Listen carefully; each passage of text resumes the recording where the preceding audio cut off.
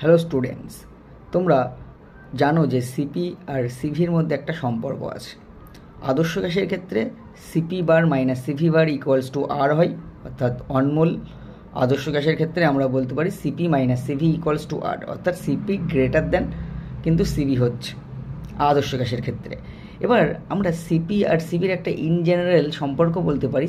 দেখো এখানে লিখেছি আমি, CP minus CV equals to alpha square TV by beta, যেখানে টিটা টেম্পারেচার, ভিটা ভলিউম, আলফাটা হলো থার্মাল এক্সপানশন কোপিশিয়েন্ট, যার মানটা হয় 1/v del V by del T at constant P.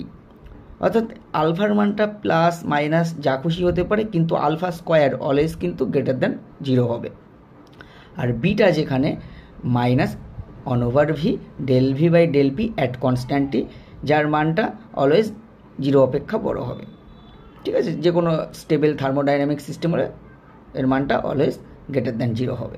তার জন্য আমরা বলতে পারি এই সমীকরণ থেকে যে CP minus CV greater than equals to কিন্তু 0, অর্থাৎ সিপি গ্রেটার দ্যান সিভি। কিন্তু আমরা কি জানি যে এমন কোথায় সিপি আর সিভির মানটা সমান হয়? এখানে যেমন আমরা বলছি সিপির মানটা greater than equal to CV হয়, তাহলে গ্রেটার দ্যান তো বেশিরভাগ ক্ষেত্রে হচ্ছে, কিন্তু কখনো কখনো স্পেশাল কেস থাকে যেখানে সিপি আর সিভির মান সমান হয়ে যায়। সেই রকমই একটা কেস হলো, যদি আমরা বিশুদ্ধ জল নিই, তাকে যদি 1 atm প্রেশারে রাখা হয় এবং টেম্পারেচারটা যদি 4 ডিগ্রি সেন্টিগ্রেড মানে 277 কেলভিন করা হয়, তাহলে আমরা জানি 4 ডিগ্রি সেন্টিগ্রেড উষ্ণতায় জলের ঘনত্ব সর্বাধিক হয়। তাহলে ঘনত্ব সর্বাধিক মানে আয়তন সর্বনিম্ন, তাহলে 4 ডিগ্রি সেন্টিগ্রেড উষ্ণতায় জলের আয়তন কিন্তু সর্বনিম্ন হয়। এই যে ঘটনায় তোমরা জানো লিকুইডের ক্ষেত্রে এটাকে ব্যতিক্রান্ত প্রসারণ বলা হয় জলের, এসব আমি ওই দিকে আসছি না।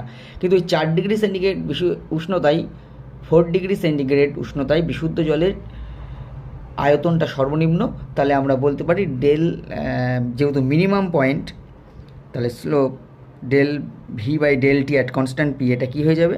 0 হয়ে যাবে। অর্থাৎ 4 ডিগ্রি সেন্টিগ্রেড উষ্ণতায় আমরা দেখতে পাচ্ছি according to plot del V by del T at constant P equals to 0 হয়ে যাচ্ছে। তাহলে ওই যে আমরা CP minus CV equals to alpha square TV by beta এই সমীকরণটা ছিল, সেই সমীকরণে বসিয়ে দিলাম আলফার মান 0।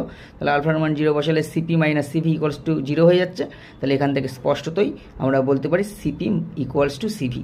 তাহলে এই একটা উদাহরণ আমরা বলতে পারি যে বিশুদ্ধ জলের ক্ষেত্রে 4 ডিগ্রি সেন্টিগ্রেড উষ্ণতায় কিন্তু ডেন্সিটিটা ম্যাক্সিমাম হওয়ার জন্য ওখানে সিপি ইকুয়ালস টু কিন্তু সিবি হয়, মাথায় রাখবে।